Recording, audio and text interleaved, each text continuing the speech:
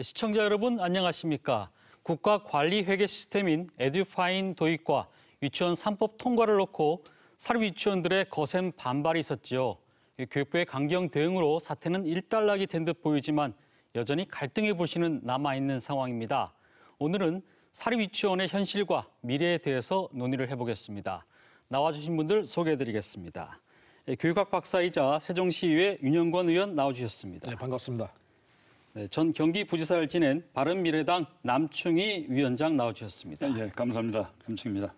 네, 중부대 학생상담센터장 백유미 교수 나와주셨습니다. 반갑습니다. 네, 동아대 국제법무학과 이학춘 교수 나와주셨습니다. 안녕하십니까. 동아대학교 이학춘 교수입니다. 네, 우선 준비된 영상 보시고 이야기 나눠보도록 하겠습니다.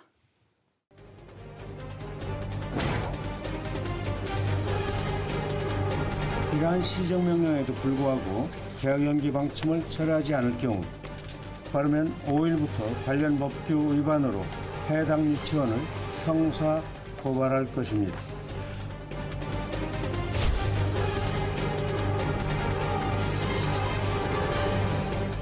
아이들을 몰모로 해가지고 아이들한테 피해주고 또 부모들한테 어려움 겪게 만든다.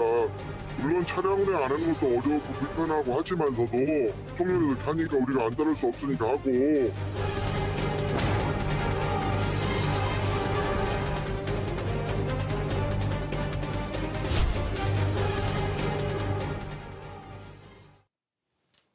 네, 우선 이번 사태에 대해서 학부모들이 크게 분노를 했습니다. 한국유치원총연합회가 어린이들을 볼모로 계약을 연기한 것은 집단 이기주의가 아니냐 이런 맹비난이 있었고요. 그런데 정작 이 사건의 발단인 에듀파인이 무엇인지에 대해서는 잘 모르는 분들이 많은 것 같습니다. 그래서 먼저 이 에듀파인이 무엇이고 또 어떤 부분들이 한유총의 반발을 불러왔는지에 대해서 이야기를 나눠보도록 하겠습니다. 먼저 이 교수님, 네. 그 에듀파인이라는 것이 과연 어떤 것이고 어떤 부분에 대해서 이렇게 유치원총연합회가 반발하는 것이죠?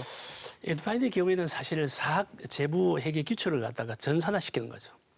에듀파인의 경우에는 모든 이제 사립 유치원의 재정이 사전에 오픈되고 공개돼야 되고 통제받아야 하는 점에 있어서 사립 유치원의 경우에는 사실상은 이제 사유성과 공공성을 갖다가 두 개가 공존하지 않습니까?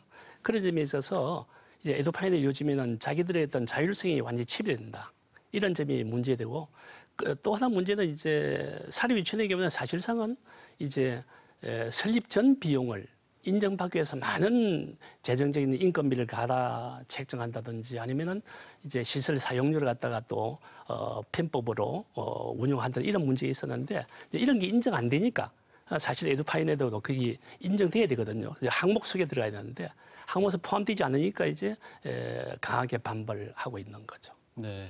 그럼 이제 에듀파인이라는 것이 기본적으로 유치원 회계라는 그잖아요, 그죠? 그렇죠. 유치원 회계라는 게 그 학부모들이 내는 이제 원비가 있을 거고, 그렇죠. 또 그 정부에서 주는 지원금이 있을 거고, 이것을 좀 더 투명하게 이 회계 시스템에 넣자는 게 에듀파인이 아닌가요? 네, 맞습니다. 예.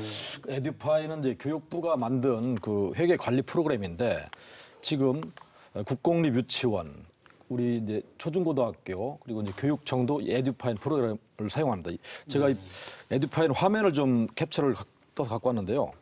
이 에듀파인 프로그램을 쓰게 되면은 세입이죠. 세입과 지출 그리고 그 잔액이라든지 또 사업 현황이라든지 또는 재무관리, 세무관리까지 해줄 수 있습니다. 재무 분석까지 가능한데 이 에듀파인 프로그램을 씀으로써 회계를 투명하게 하는 것입니다. 그런데 지금 아까 이 교수님 말씀하신 대로 사유재산이기 때문에 에듀파인을 써서 어떤 감시를 받는 것 아니냐 이렇게 말씀하시는데 저는 그렇게 생각 안 합니다. 뭐냐면은 회계를 투명하게 한다는 것은 결국 뭐냐면 국민의 세금을 투입하는 데 있어서 투명하지 않으면 어떡합니까? 지금 문제가 된 것이 현장 체험 학습비라든지 졸업 앨범비 이런 것들을 수익자가 부담한 경비를 정부에 지원한 누리과정 교육비라든지 이런 것과 섞어서 마음대로 씁니다. 그 가계부처럼 이렇게 해서 지출을 했는데 이게 문제가 된 겁니다.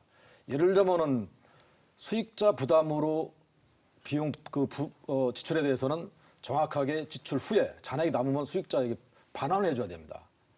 정부에서 받은 국고 보조금도 마찬가지죠 이게. 그런데 이런 것들이 에듀파인 프로그램 씀으로써 일목요연하게 정리가 되고 또 유치원 측에도 오히려 경영에 도움이 됩니다.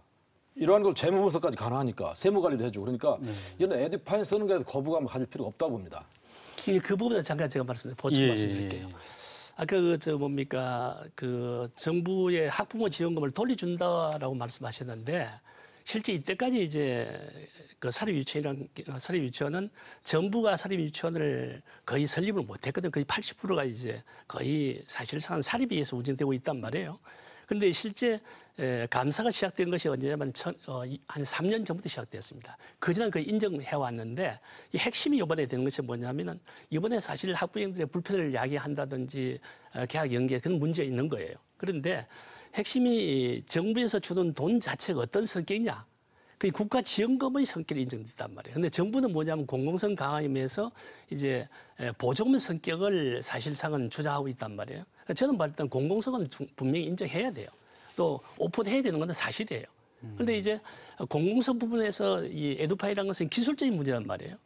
그 이전에 에듀파이를 갖다가 적용하기 이전에 사학 재무 회계 규칙상에 있어서 예를 들어서 우리가 공유유치원에 해당되는 것과 사립유치원에 해당되는 것을 분리해가지고 합리적으로 인정돼야 되는데 그게 안 되기 때문에 강하게 반발한 것이고 반발의 방법 면에 있어서는 사실상 요번에 계약 연기라든지 아니면 폐원 불사 이런 것들은 학부형들에게 불편을 야기한 부분은 문제가 있어요. 그렇지만은 이제 공공성 부분하고 그다음에 사유성 부분하고 총리도 그렇게 말씀하셨죠. 이낙연 총리가 말씀하다시피 이 두 가지를 좋아하는 방법 분명히 있단 말이에요. 근데 그걸 서로 파트너로서 인정하는 게 중요하지 않겠느냐. 그렇다면 에듀파인 자체가 문제가 있는 건 아니고 에듀파인에 적용되는 그런 항목들이라든지 그게 문제가 있다는 건가요? 그 자체도 문제가 있죠. 그 에듀파인이 그 에듀케이션 파이낸스에서 그 약자 에듀파인 하는데요. 그 전에 그저 우리 사전 영상 봤지 않습니까? 그 한번 그 말씀 잠깐 드리면 근본 원인 이거 뭐 쓰네 안 쓰네 뭐 계약 연기하네 안 하네 근본 원인이 뭐냐 뭐 기본적인 역사적 배경도 있지만 최근에는 이 교육부 장관이 불통이다 밀어붙여 그리고 이에 법으로 가면 이게 다 지거든요. 유치원이 다 이겨요. 우리 저 민주주의 그 법치 국가예요. 유치원이 다 이깁니다. 여태 사례가 다 그랬고 이게 법으로 되면 안 되니까 이제 경찰 뭐 국세청 동원해서 겁박하고 형사고발하겠다. 이런 식의 교육부 장관이면 이거 문제가 있죠. 옛날에 우리 그 분명히 기억합니다. 박근혜 정권 때 교육부가 뭐 했습니까? 국정교과서 그냥 밀어붙였죠. 그러다 어떻게 됐어요? 실패했어요. 이것도 분명히 실패할 게 빤히 보이는 겁니다. 왜 이렇게 소통을 안 하느냐? 이게 문제거든요. 보세요. 사립유치원 이번에 그 비리 문제 때문에 뭐 홍역 치렀습니다마는 이게 사실 사립유치원 110년 역사 이래 해방 후에 처음 감사를 해본 거예요. 그러니까 이분들도 모르는 거예요, 사실. 대개 나오는 것이 사소한 경고 시정지세가 대부분인데 그 국공립도 검사하면 거의 같은 비율로 나와요. 그건 경고 시정지세는. 근데 이게 자극적인 게 나온 겁니다. 명품백 샀다, 뭐 콘돔을 샀다. 그러니까 이 국민들 분노 일으키기 아주 기가 막힌 게 나오니까 그냥 여론몰이 마녀상상, 마녀사냥하면서 막 불통식으로 밀어붙이니까 이것도 교육부가 그래서는 안 되죠. 소통을 해야죠. 에듀파인 문제, 이게 심각한 문제가 한 3가지 있는데요. 첫째는 지금 우리 대전에 그 200명 이상 그 유치원 아직 그 교육을 못 받았어요. 한 19개가 되는데 200명.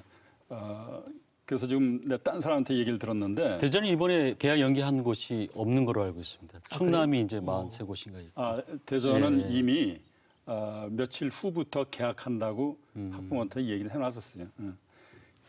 그런데 그 얘기 들어보면 그래요. 이게 유치원들이 직원이 굉장히 적거든요. 국공립은 한 2.5배, 2배, 3배 많아요, 직원이. 우리 세금으로 하는 건데. 그냥 열성적으로 애들 그 다루는 분이 없습니다.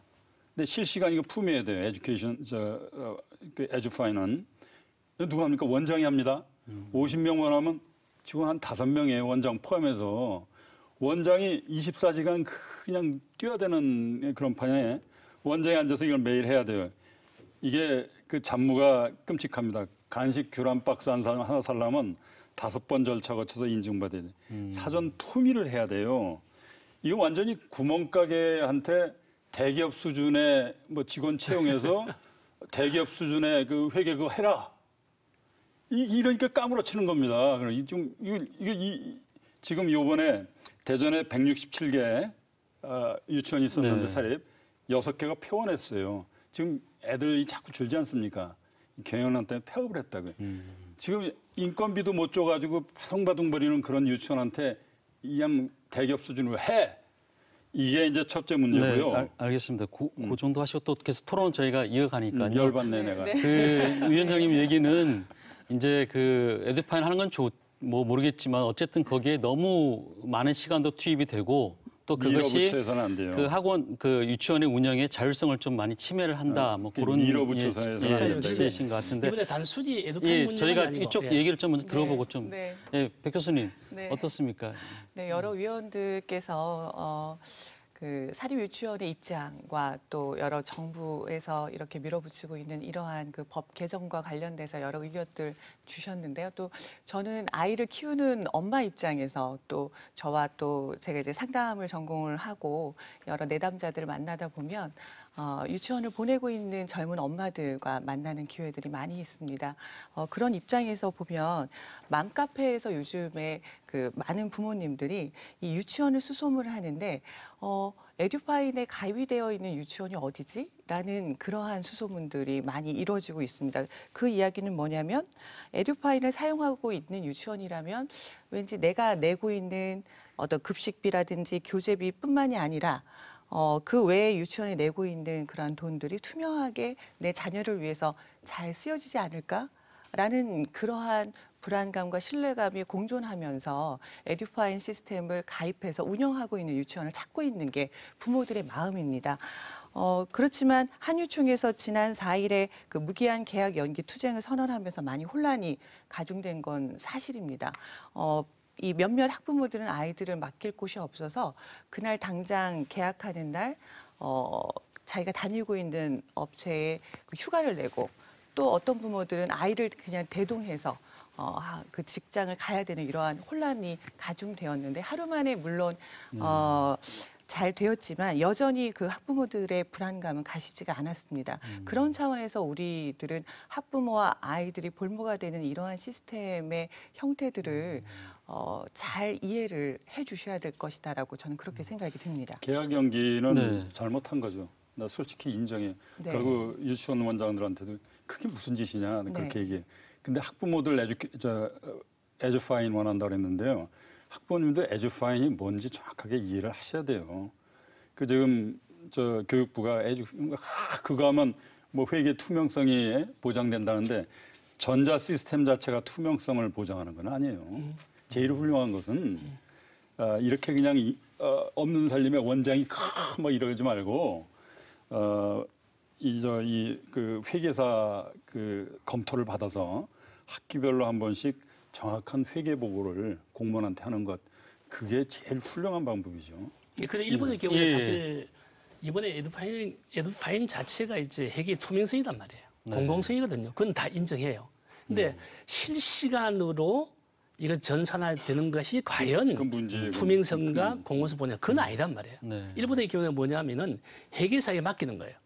맡기가 문제 있을 거다면 예를 들어서 국가 보조금을 환수 조절시킨단 말이에요. 그런데 이제 나무님께서 말씀하신 대로 실제 실시간으로 입력하는데 얼마나 많은 부담을 가져요. 그런데 제가 봤을 때는 에듀파인 이전에 사학 재무 회계의 보완이 이루어져야 돼요. 참고로 제가 말씀드릴게요. 이 잘 비칩니까?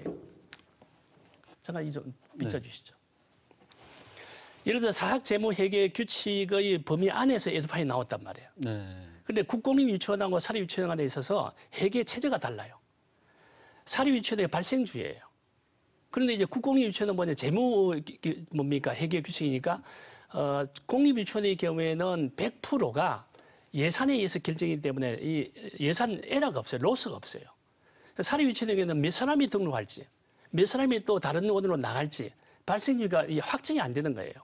불확장을 가지고 이제 에듀파인을 하니까 이게 될 수가 없는 거예요. 수입 예산 그러니까 수입 자체가 불확실하다는 그렇죠. 그런 그리고 또 하나는 얘기죠. 뭐냐면 예. 이번에 전제가 되는 것이 모든 유치원이 100%가 등록한다는 가정인데 전혀 그렇지 않아요. 예를 들어서 사립 유치원의 경우에는 100%가 본인이 경영 책임을 진단 말이에요. 학생 수가 적을 경우에는 본인이 경영 손실을 봐야 되는 거예요. 그런데 학생 수가 적을 때는 어떡하냐? 이 뭡니까? 공립의 경우에는 100% 국가에서 운영비라든지 임금비 다 주는데 여기는 예를 들어 학생 수가 줄어들 것 같으면 100% 본인이 책임지는 거예요. 그런 점에 있어서 이제 에듀파인 자체는 좋단 말이에요. 좋은데 투명성도 좋은데 사립과 국립의 합당한 회계 체제를 차이가 있는 걸 인정해야 되는 거예요. 그 차이가 뭐냐면은 핵심이 이거예요. 설립 전 비용을 사립은 본인이 부담하는 거야. 그런데 공립의 경우에는 기재부에서 부담하는 거예요. 그런데 이제 교육부에서는 관점이 뭐냐면은 설립 이후에 운영비에 대한 통제가 이루어지는 거예요. 운영비도 뭐냐면은 사립 유치원은 그 전에 설립 비용을 자기가 커버를 해야 되는 거야. 공립은 그럴 필요가 없어요. 네, 그 설립 전 비용 부분은 좀 이따 저희가 또 사유재산 부분 또 토론을 그렇죠. 하니까요. 그 부분에 있어서 좀 이따, 에듀파인 부분에 있어서 예. 설립 전 비용을 커버를 해주면은 에듀파인도 괜찮단 말이에요. 네. 그런 점에 있어서 아마 강한 반발이 있지 않냐 생각이 예, 들어요. 예. 에듀파인에 좀 한 말씀 드리겠습니다. 제가 우리 세종시 의회에서 교육청과 각급 학교의 예산 결산을 좀 다룹니다. 다 에듀파인 시스템을 쓰고 있고 처음에 이 교육부에서 에듀파인을 도입해서 초중고등학교에서 이제 그 처음 도입했을 때 반발이 있었습니다. 지금 말씀하신 대로 뭐 감시하느냐 또는 복잡하다 이렇게 했는데 우리 대한민국 IT 강국입니다. 지금 말씀하신 그런 부분 전혀 문제가 없다는 것이 실시간에 그 프로그램에서 이제 잘못 입력을 하게 되면은 경고가 뜹니다. 또 알람이 뜨는데 그것은 뭐냐면 회계 부정의 예방 차원입니다. 그렇기 때문에 전혀 문제가 없고 이미 국공립유치원 지금 말씀하신 사립유치원과 국공립유치원의 재원이 다르다고 하셨는데 그런 것마저도 업그레이드해서 충분히 그런 것을 현장에 쓸 수 있게끔 만들어놨지. 그런 문제 예를 들자면은 지금 에듀파인을 거부하는 가장 큰 문제는 뭐냐면은 이 회계의 이 사용 지출 세입 이런 것들이 적나라하게 드러나니까 그것이 두려우니까 지금 안 쓰겠다는 것입니다. 이 부분은 에듀파인의 어떤 프로그램 운영에 뭐 복잡하다 이런 부분이 아니란 얘기죠 이게. 이미 한유총에서는 쓰겠다 했잖아요. 네, 그러니까 지금 오늘 토론에서는 에듀파인이 복잡하다, 뭐 실시간일 때 감시한다 이런 것은 사실 뭐 논의 여지가 없다. 이미 지난 얘기고. 근데 제가 봤을 때는 학부모들 입장에서는 사실은 이 내가 낸 이 그 돈이 정확하게 투명하게 쓰여지는 걸 또 확인하고 싶은 그건 욕망 당연하죠. 당연히 있지 뭐 않겠습니까? 오픈해야 그럼 돼요. 그걸 할 수 있는 방법은 현재로서는 이런 회계 시스템에 의존할 수밖에 없는 것 같은데. 방법이 예.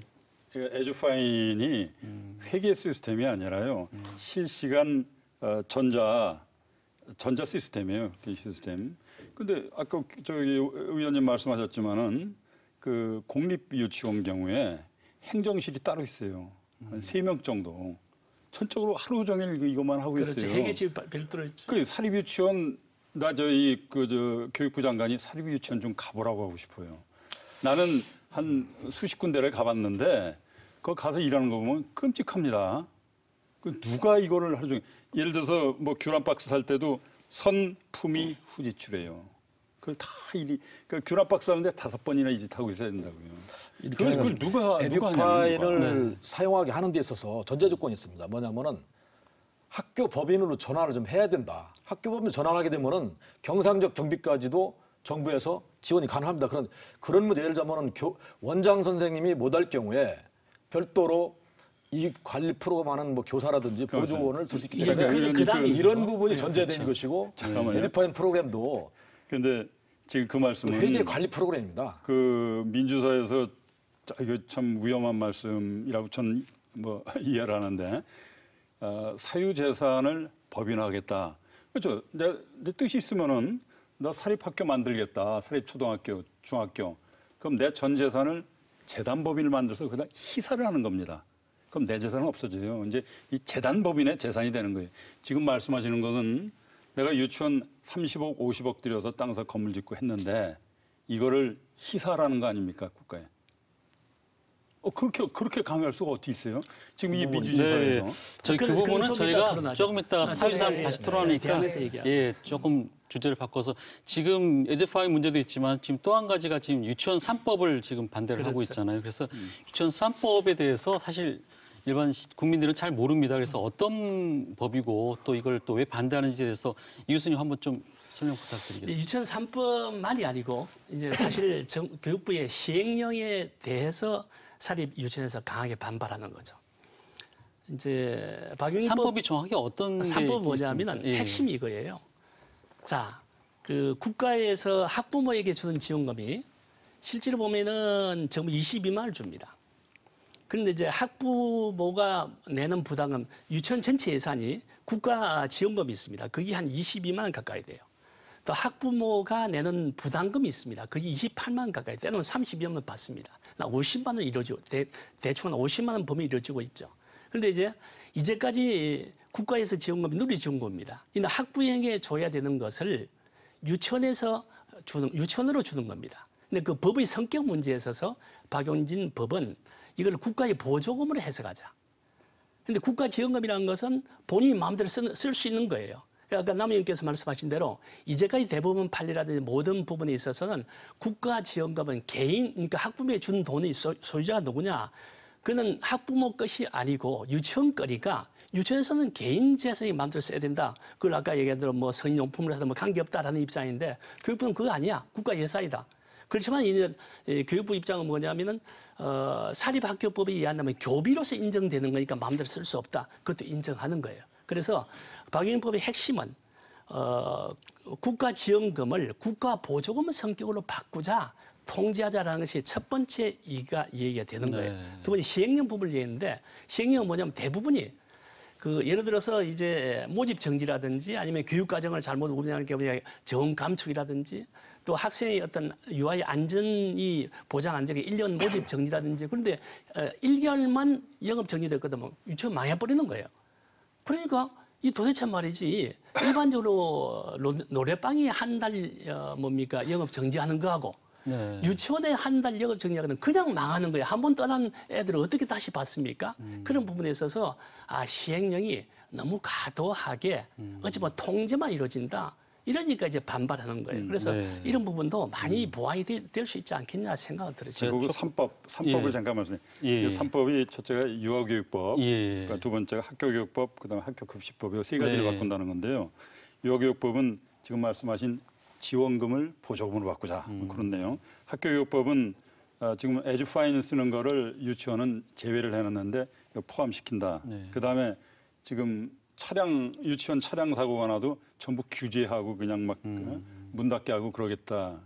저온 감축이 10%. 저온 근데 감축. 어떻게 보면은 좀 부정하게 사용되는 것을 이게 막아보겠다는 그런 취지가 있는 거 문제는 이제 아닙니까? 돈에 대한 부정한 방법은 뒤에 한수를 하면 되는 거예요. 네. 이걸 한수하는데 그냥 예를 들어 저온 감축이다 망하는 거야. 그다음 그 애들 어디를 갑니까? 저온 감축할 경우에는 그 애들은 딴 데로 가야 되고 딴 데 간다는 것은 애들 얼마나 불편해요. 집 가까이 있는 유치원을 찾아야 되고 또 좋은 유치원 찾아야 되는데 갑자기 예를 들어서 안전에 문제 있다 1년 정지. 그럼 유치원 망하는 거야. 네. 그런 점에서 좀 어떤 마일드하게 해야 될 필요 있지 않을까 생각 들었던 거예요. 백 교수님 이거 네. 어떻게 보십니까? 예. 그 유치원 3법의 갈등의 여지가 남아있는 게 사실인데요. 이 한국 사립유치원연합회에서는요. 이 유치원 3법에 대해서 받아들일 수 있다라고 그렇게 이야기를 하고 있습니다. 왜냐하면 유치원을 이제 앞에서 이제 말씀 주신 것처럼 사립유치원연합회라면 한유치원과는 좀 다른 어쨌든 유치원 단체의 연합이죠. 네, 맞습니다. 예.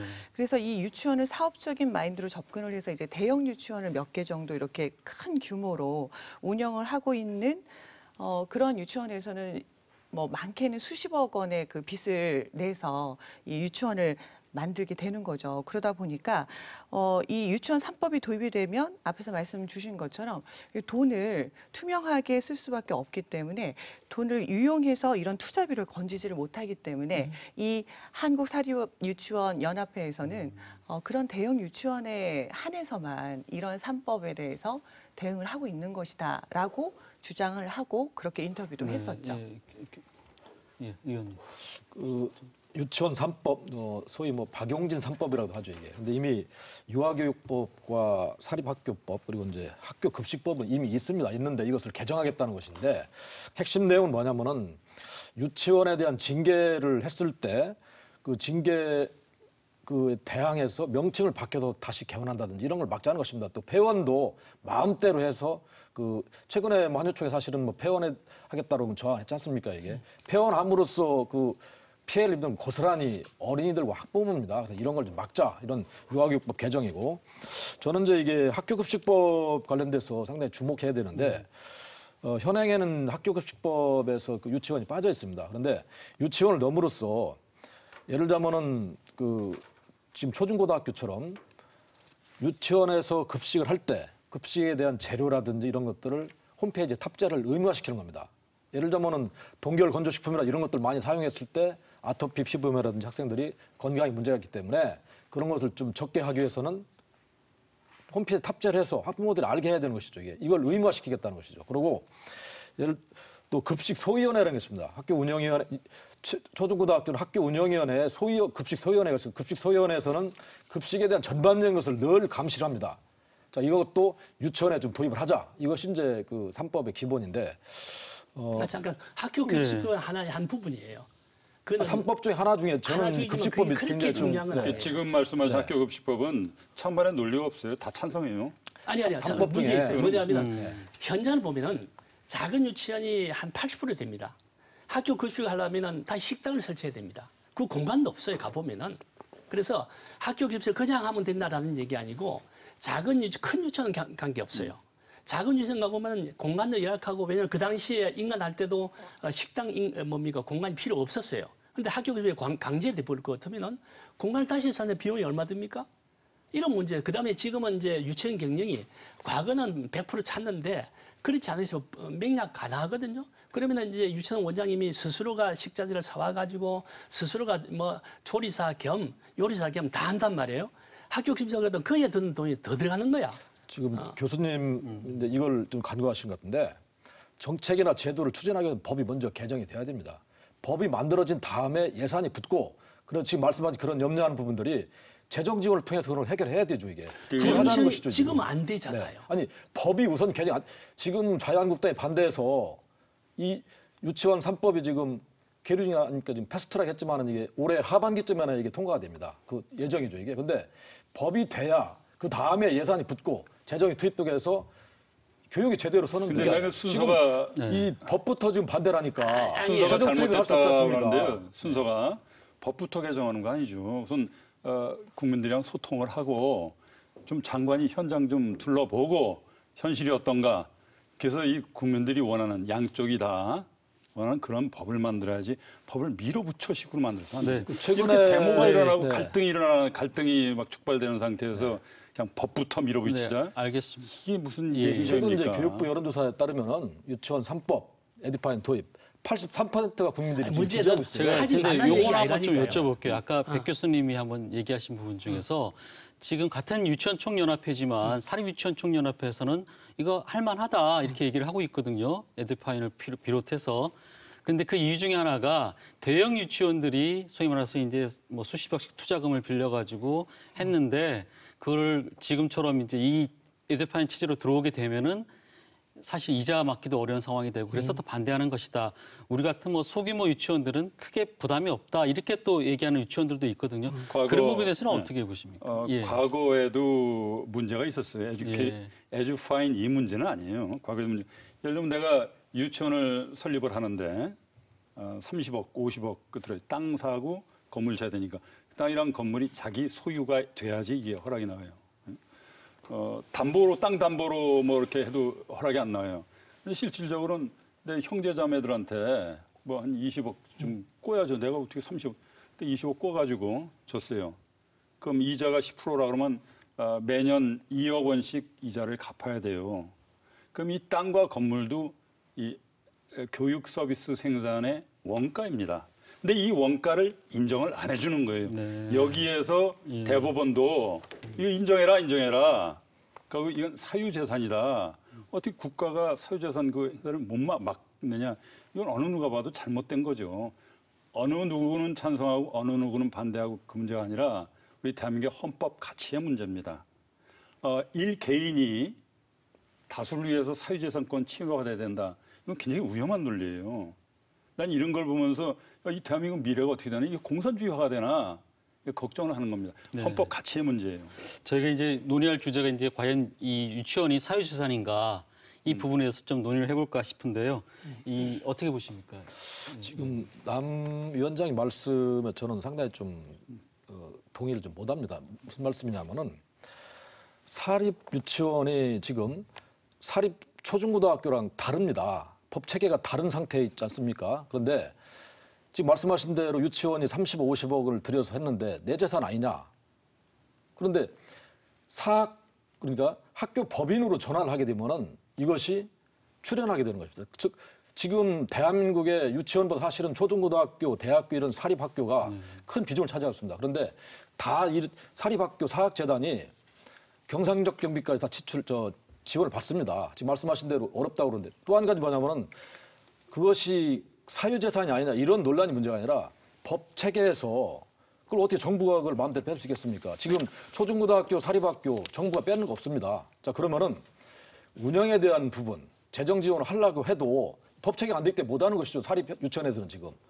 자 그러면 잠깐만요. 지금, 예. 뭐냐면은 사유재산이 아니냐 이런 논의가 아니라 실질적으로 사립 유치원들이 정부의 재정 지원을 제대로 받으려면은 이것이 학교 법인으로 전환해야 한다. 이것은 이미 일본에서 1971년, 1981년까지 10개년 계획에 따라서 학교 법인으로 전환이 됐습니다.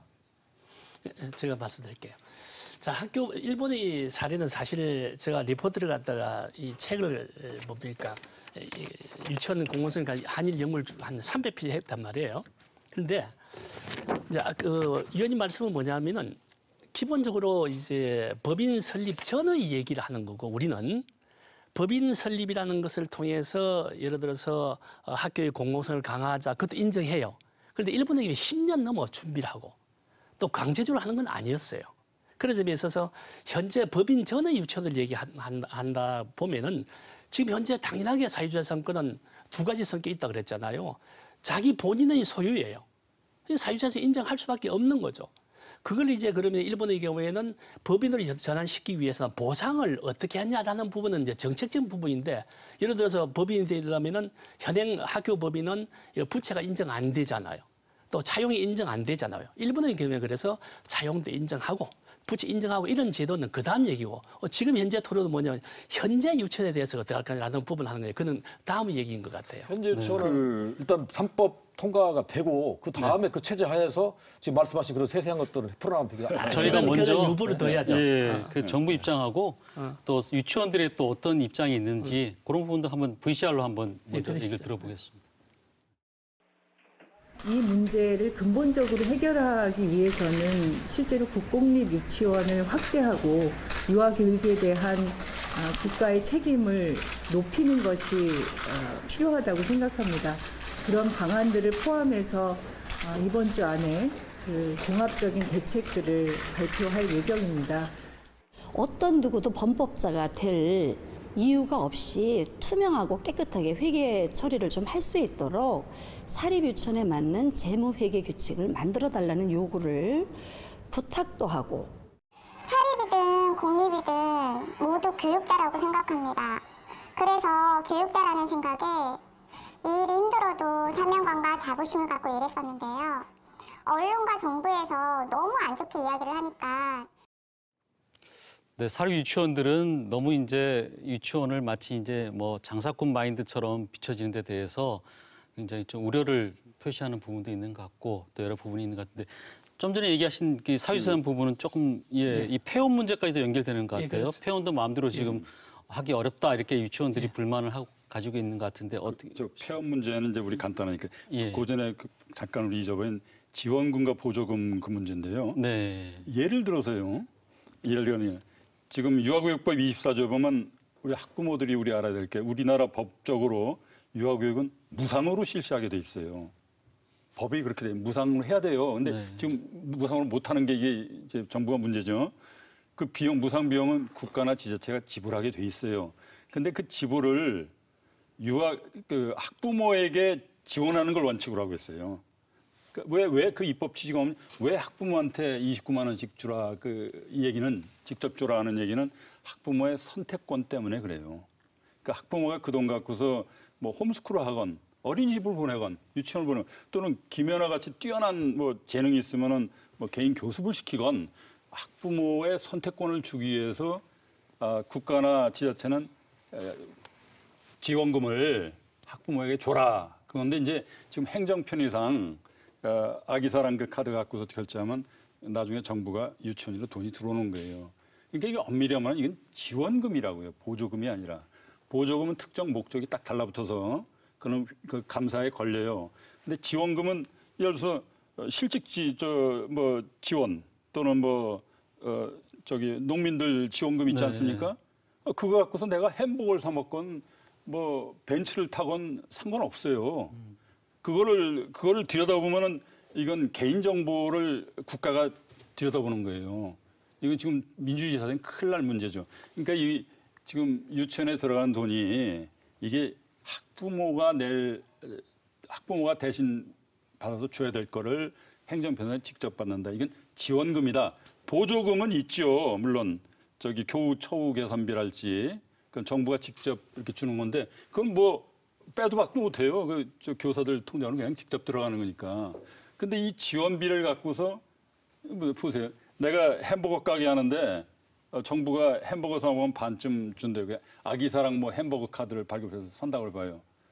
근데 정부가 7,000원짜리를 내가 3,500원만 내면 되잖아요. 정부가 3,500원 내는 거고 정부 돈이 들어왔다 그래서 나 이 예산 다 까발려라. 그러니까 지원금이라는 이유로 무조건 다 그걸 투명하게 밝힐 이유는 없다는 지원금은 거죠. 밝혀서는 안 된다는 거예요. 그래서 이제 박영일법이 이제 지원금을 보조금을 바꾸자. 그게 핵심적인 내용이에요. 그래서 지금 이런 문제가 전부 대법원까지 가면 다 유치원이 이기는 겁니다. 우리 대한민국 법이 아직 살아 있는 겁니다.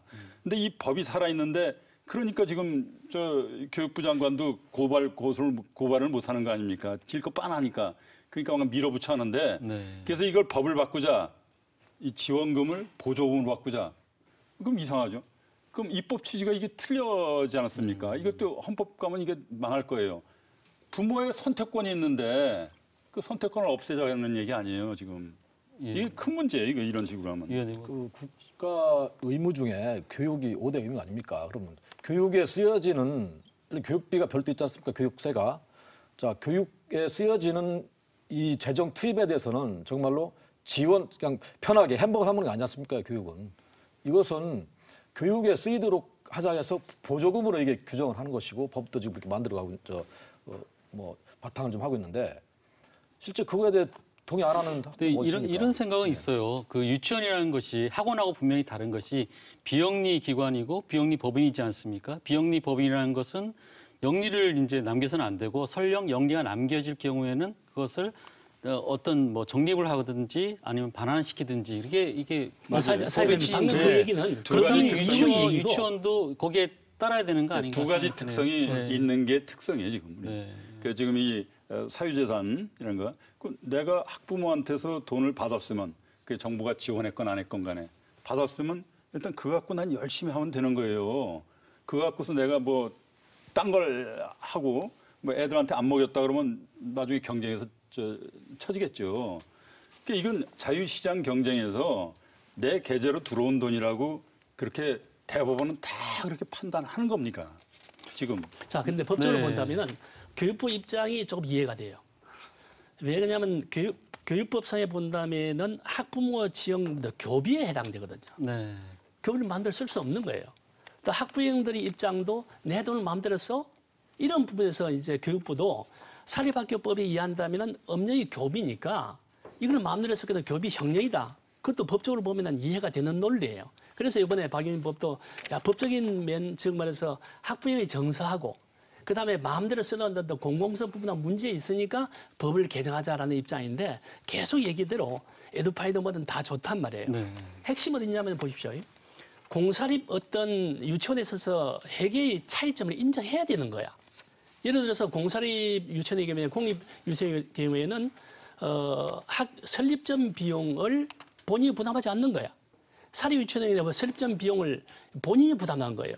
그러니까 유치원의 학부형의 돈을 받아가지고 이제 설립비로 커버하려니 이제 회계 부정 문제가 사실 나오게 된단 말이에요. 그래서 유치원 설립할 때 본인이 처음에 부담했던 그 부분에 대해서 인정을 해야 된다는 거죠. 그러면 누가 부담하냐 말이야. 인정해야죠. 그게 당연하죠. 그래서 사유재산 문제도 여기에 핵심이 있는 거예요. 그래서 에듀파인도 그렇고 모든 부분에 있어서 예를 들어서 설립 전 비용을 인정하고 난 뒤에 투명해야 된다. 그러면 일본은 어떻게 하냐면은 설립 전 비용을 커버를 해주는 거야. 법인을 시킬 때. 그렇게 해야죠. 근데 지금 정부도 여러 가지 세제 혜택이라든지 세제 혜택은 안 된다니까. 지원이 있지 않습니까? 세제 혜택은 안 되고. 예를 들어서 경쟁 같은 경우도 학원하고 차이점이 유치원 같은 경우는 특정 지역에 유치원이 들어서면 다른 지역에서 유치원 못 세우잖아요. 그러면은 유치원에 대해서 최소한의 운영할 수 있는 어떤 범위까지 만들어진 상황인데. 말씀하신 법인은 한다는 이제 동의해요. 그래 일본은 어떻게 보상을 했느냐. 해야지. 보상의 범위가 그리고 국가에 보상할 수 없잖아요. 그러면 예산이 없잖아요. 그래서 법인으로 전환할 때 기본적으로 이제 자율성을 두는데 법인으로 전환하지 않는 유치원에서는 국가 지원을 줄이는 거야. 두 번째는 법인을 할 때는 우리는 법인은 이제 학교 법인은 차입을 인정하지 않습니다. 또 차용도 인정하지 않습니다. 부채도 인정하지 않거든. 그래서 일본의 경우에는 차용도 인정해주고 법인을 갈 때 그럼 50억이다. 한 70% 정도, 그다음 35억 정도 되거든. 이걸 또 이제 은행에서 융자를 안고 법인화를 시키는. 그러면은 학부형 돈이 들어오지 않습니까? 그 돈 가지고 커버를 해주는 거예요. 공식적으로. 그다음에 차입도 인정해 주는 거야. 그러면 뭐냐면은 이것이 이제 공식적인 격리가 되는 건데 지금은 문제가 되는 것이 기준도 없이 인건비를 갖다 예를 들어 많이 책정한다든지 아니면 운영비를 가다 책정하니까 이게 문제가 되는 거예요. 그래서 법인으로 가는 데 있어서 그러면 법인으로 가는데 법이 또 개정돼야 되잖아. 갑자기 할 수 없으니까. 오케이. 네, 그럼 저희가 학부모들이 과연 어떻게 이번 사안을 보는지 한번 얘기를 좀 들어보고자 합니다. 그래서 학부모들의 얘기를 한번 좀 들어보겠습니다. 사립 유치원이 여러 문제가 있다고 하기도 하고요. 어쨌든 유치원도 공교육으로 해야 된다는 생각이 들어요. 그래서 저는 그에 맞는 법과 회계 시스템을 도입하는 게 좋지 않나 그런 생각을 합니다. 감사를 진행하고 있는데 이게 제대로 되고 있는 건지도 사실 확인이 안 되고 있어요. 그래서 투명하고 공정하게 치러질 수 있도록 시민들이 감시를 해야 되고 교육당국도 공개를 해야 된다고 생각을 합니다. 또 서울 쪽이나 경기 쪽이 비리나 그런 것들이 있을지 모르지만 지방은 학부모 운영에도 있고 또 그런 것들을 할 정도로 재정이 넉넉지 않아서 여러모로 이번 사태가 좀 아쉬워요. 물론 대전은 합의가 잘 이루어져서인지 모르겠지만 보육대란 이런 것도 전혀 느끼지 못했는데 오히려 그런 식으로 좀 너무 과장되게 몰고 가는 것이 아닌가 싶은 생각이 들어요. 학부모들 중에서는 유치원이 좀 뭐랄까 좀 유치원에 대해서 너무 몰아붙이는 것도 좀 문제가 있다 이렇게 보시는 분들도 있어요. 네, 다 그런 건 아닌데 감정적으로 이제 우리 이성차자 되는데 옛날 광우병 사태 보세요. 난리치지 않습니까? 그렇게 여론몰이하고 마녀사냥하고 그러면 곤란하죠. 그런데 하여튼 그 부분을 떠나서 지금 폐원 문제에 대해서 한번 저희가 논의해봐야 되는데 지금 유 장관이 3분의 2 이상 학부모들의 동의를 얻지 못하면은 폐원을 할 수 없도록 이렇게 얘기하면서부터 이제 또 문제가 커지고 있는데 어떻게 보십니까? 폐원 문제에 대해서. 폐원에 대해서 특히 이제 한유총에서 이제 폐원하겠다 이런 식으로 사실은 뭐 일종의 학부모로서는 철렁철렁하는 협박이나 다름없었는데 이것 때문에 이제 폐원을 함부로 할 수 없도록 지금 법으로 지금 하겠다는 거 아닙니까? 뭐냐면은 갑자기 폐원하게 되면은 그 아이들을 어디로 보냅니까? 그래서 폐원에 대한 절차를 좀 까다롭게 한 것이죠. 학부모들이 3분의 2 동의가 있고 그 다음에 그 동의를 가지고서 교육청에서 여러 가지 역할을 판단하는 것입니다. 폐원이 합당한지 아닌지 또 폐원했을 때 그거에 대한 대책은 있는지 이런 걸 보고서 폐원을 결정하는 것이죠. 그렇기 때문에 폐원에 대한 이 법 조건을 법에 폐원이 함부로 할 수 없게 하는 것도 마땅하다고 봅니다. 네. 백 교수님은 어떻게 보십니까? 지금 폐원 유치원 중에 일부는 벌써 이제 어학원이나 아니면 뭐 놀이학교로 이렇게 전환이 돼서 운영이 되고 있습니다. 그래서 한 예로 용인에 있는 어떤 유치원에서 이번 학기부터 이제 어학원이라는 간판을 달면서 이제 시작을 했거든요. 그런데 사실 그 근처에 살고 있는 그 부모들은 아주 1시간 거리에 있는 유치원을 데리고 갈 수가 없는 상황이고 그렇죠. 또 국공립 유치원이 이미 차 있고 또 주변에 있는 사립 유치원도 대기만 거의 뭐 1년 이상을 기다려야 된다. 뭐 이런 답변이 오고 있는 것이 사실입니다. 그리고 그 유치원을 다닐 때는 한 35만 원 정도를 지출을 했는데 이제 어학원이다라고 이렇게 이제 간판이 이제 바뀌게 되니까 60만 원 이상의 이런 교육비를 투자해야 되는 상당히 어려운 그 부담감을 안게 되는 거죠. 사실 이 소형 유치원 중에서는 그 학생 수가 너무나도 적기 때문에 그 경영상의 어려움을 이야기를 하는 그런 유치원들은 이런 폐원을 할 수 있는 길을 좀 열어주는 방법도 하나의 방법이 아닐까라는 생각이 폐원의 들어요. 길을 오히려 출구 전략으로 열어주는 그렇죠. 방법. 하지만 뭐 대형 유치원이나 실제로 경영난을 겪지 않고 있으면서 어떤 수입과 지출에 문제가 좀 생긴다. 라는 그런 측면 때문에 우리는 폐원하게 해달라라는 이런 측면은 사실 학부모들이 받아들이기 어려운 입장이다라고 생각이 듭니다. 뭐 이런 측면에서 정부에서 2020년까지 유치원에 다니는 유아의 한 40%를 국공립에서 소화하겠다라고 이렇게 정책을 이야기를 하고 있거든요. 그래서 중고등학교처럼 모든 경비를 정부에서 지원하는 그러한 형태, 공영형의 사립 유치원들이 앞으로 확대되어야 되는 부분이 아닐까라는 생각이 듭니다. 난 그거 찬성해요. 지금 이 폐원 실질을 금지거든요. 네. 현실적으로 이 폐원을 못 하게 됐어요. 3분의 2 동의를 어떻게 왔습니까? 우리가 감정에 휩쓸리는 수도 있고 냉정하게 이성 찾아서 우리 대한민국의 가치가 무엇이냐를 따질 때도 필요해요.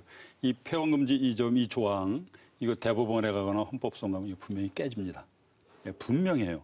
헌법 15조에는 우리 대한민국 헌법 15조에는 직업 결정의 자유가 있어요. 직업 이탈의 자유도 있고 이런 헌법 가치를 허무는 그런 발상을 하면은 분명히 헌법성은 분명히 깨진다고요. 그리고 폐원을 걱정하기보단 나는 대안은 그거예요. 학부모에게 지원금 직접 줘라. 학부모가 선택할 수 있게. 저 여론조사면 79% 학부모가 그걸 원해. 학부모한테 직접 줘라 우리한테. 그럼 우리가 내 자식 알아서 보내겠다. 그다음에 그 사립 지원 문제요. 이 모든 문제가 이 비롯된 시초는 뭐냐면 대통령의 공약이에요. 40%까지 그 국공립 유치원 확대하겠다. 지금 25%인데. 근데 40%까지 올리는데 한 6조 가량이 듭니다. 건축비만. 그러니까 운영비가 한 1조 6천억 드네. 그러면 그 건축비 빼고 한 1조 2천억 들여가지고 사립 유치원 지금 부모들이 22만 원씩 내잖아요 매달. 그 1조 2천원씩 지원해 주면은 100% 다 이 유아교육법에서 정의하는 무상교육이 가능해진다고요. 그래서 그 사립 유치원들 치열하게 경쟁시키고 그러면 폐원 걱정을 왜 합니까? 치열하게 경쟁시켜야지. 지금 뭐가 경제적입니까? 6조 건물을 짓고 1조 6천억 매년 써가지고 국공립을 저서한다. 국공립 한시면 끝나요. 그 다음 애는 누가 봅니까? 그 사립 유치원 지금 막강한 경쟁력 110년 된 그 노하우를 갖고 있는 거기를 1조 2천억만 들이면은 100% 다 할 수 있고 지금 40% 국공립 하면 나머지 60%는 여전히 사립 다녀야 돼요. 위원장님 이게 무슨 정책입니까 이게? 말씀은 이제 국공립으로 전환하는 것도 국민 이제 세금 부담이 커지니까 사립 유치원 끔찍하죠. 부분들을 오히려 더 정상화시켜서 그 경쟁을 또 촉발하면서 그렇죠. 이런 그럼 폐원 걱정도 하자. 필요 없다. 그런 부분인데 지금 저희가 이제 좀 마지막으로 이 얘기를 해야 될 것 같아요. 지금 계속 갈등 상황이지만 어쨌든 미래로 나가야 될 상황이고요. 그래서 앞으로 이 부분에서 어떻게 풀어 나가야 될지 그 말씀을 좀 들어보도록 하겠습니다. 그동안에 사실 역대 정부에서 유치원에 대한 교육이 좀 상당히 좀 관심이 좀 떨어졌습니다. 다른 초중등 교육에 비해서. 그런 가운데 이제 법도 미비한 상태에서 이렇게 좀 이런 사태가 좀 발생했는데 지금 말씀하신 대로 이제 공공형 그 사립 유치원이라든지 이런 폐원을 오히려 유도해서 정부가 책임을 진다든지 이렇게 하려면은 법이 먼저 돼야 됩니다. 그리고 에듀파인 도입해야 되죠. 자, 이렇게 했을 때 우리 사립 유치원이 경영난이라든지 이런 데서 좀 벗어날 수 있습니다. 그리고 아까 일본의 사례를 잠깐 말씀을 드렸는데 일본 같은 경우는 이미 벌써 40년, 50년 전부터 유치원에 대한 그 교육에 대해서 정부가 관심을 갖고 집중적으로 재정 투자를 많이 했습니다. 법도 만들고. 그래서 일본 같은 경우는 사립 유치원이 잉여 재산에 대해서 적립을 하거나 정말 차입을 하거나 할 수 있게 돼 있습니다. 네. 그렇다면은 그런 것을 좀 연구를 통해서 우리도 이 교육이라는 이 부분에 대해서는 뭐 200명, 500명 이런 대형 유치원들이 이 사업 수단으로 생각하는 이런 부분, 그 어떤 그 비즈니스 마인드 이런 걸 좀 버려야 됩니다. 정말로 교육답게 교육 철학을 가지고 해야 되는데 여기서 우리 정부가 그동안에 이러한 그 사립 유치원에 대한 어떤 지원이나 이런 체계를 좀 소홀했던 부분을 이제라도 좀 이게 시작이 됐으니까 네. 이참에 정말로 100년 대계를 위해서 유치원의 교육의 중요성 이런 것들을 가지고 한번 제대로 좀 만들어 주겠다. 법이나 말씀하시는 거죠, 그죠? 네. 법이나 아까 말씀하시는 돼야 된다. 법이나 근간이지 않습니까? 네, 일본은 두 가지 케이스가 있어요. 네, 교수님도 이제 좀 마무리 발언으로 좀 부탁드릴게요. 전체로 보면은 이제 대응 방안인데 우리 모든 문제는 사실 앞에 경험했던 선진국 사례를 보면 우리가 알 수 있단 말이에요. 일본은 두 가지로 대응을 하고 있어요. 법이나 당연하게 교육 공공성법이 인정해야 됩니다. 그런데 갑자기 될 수 없어요. 일본은 한 10년 가까이 예를 들어서 법이나 자율 단계, 그다음에 권유 단계, 의무 단계, 그다음에 이제 실제로 보면 법이나 하더라도 자율형 유치원을 인정합니다. 그게 퇴출 인정하는 것이 자율형을 인정해야 되는 거예요. 또 하나는 뭐냐면은 일본의 경우에는 이제 사실 모든 부분에서 공적 예산이 다 충당될 수 없단 말이에요. 우리의 경우에는 통일의 경우에도 독일의 경우 예를 들어 보면은 통일에서 민간 투자를 갖다 인정하는 거예요. 그래서 일본의 경우는 예를 들어서 민간 자선 활용 차원에 있어서 투자자를 갖다 파트너를 인정하는 거예요. 그런 점에 있어서 이제 사립 유치원 파트너를 인정해가지고 실제로 보면은 공공성하고 그다음에 사유성을 공존하는 그런 시스템을 만들어줘야 이 문제 해결되지 않을까 이런 생각 들어요. 네, 네, 오늘 토론 뭐 아주 의미가 깊었습니다. 나오셔서 고맙습니다.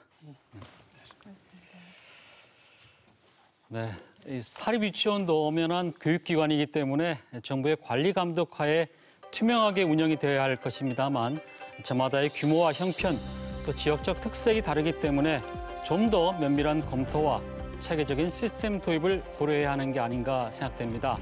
오늘 열린 토론 여기서 마치겠습니다. 고맙습니다.